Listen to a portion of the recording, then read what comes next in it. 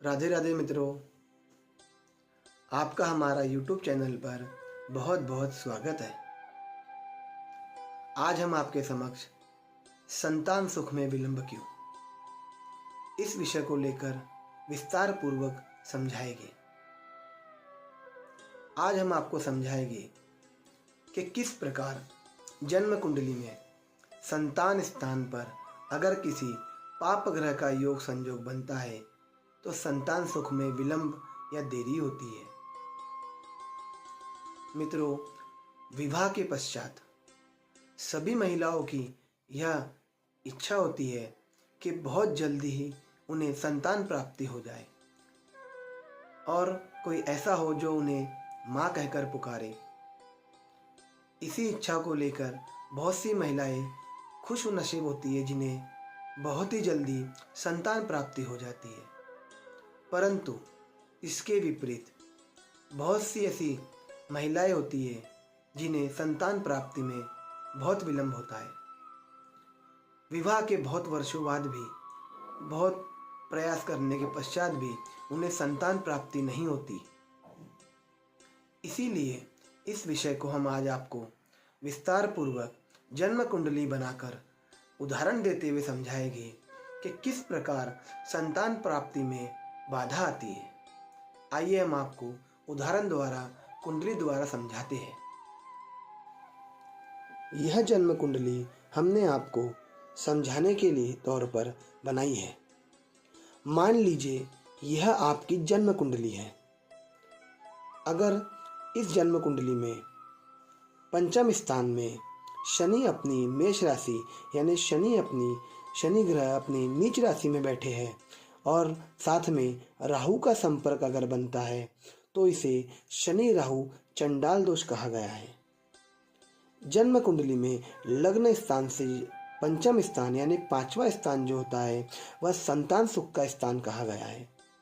और अगर संतान सुख के स्थान में इस प्रकार चंडाल दोष शनि राहु का बनता है तो ऐसे महिला को जीवन में संतान सुख की जीवन में बाधा आती है, संतान सुख में विलंब होता है। जन्म कुंडली में अगर इस प्रकार योग होता है शनि राहु, सबसे प्रथम बात, शनि अगर अपनी नीच राशि का स्थापित हो गए हैं तो यह अपने आप में एक बहुत ही खराब योग कहा गया है। इस योग के कारण व्यक्ति को जीवन में संतान सुख में बार बार विलंब भी होगा। उसके पश्चात शनि और राहु चंडाल दोष बनने के यह और भी घनिष्ठ हानिकारक योग बन गया। इस योग के कारण तो संतान सुख में विलंब या बार बार संतान होकर खराब होना, ऐसा योग आपकी कुंडली में बनता है। यह कुंडली हमने आपको उदाहरण के तौर पर समझाने के लिए बनाई है।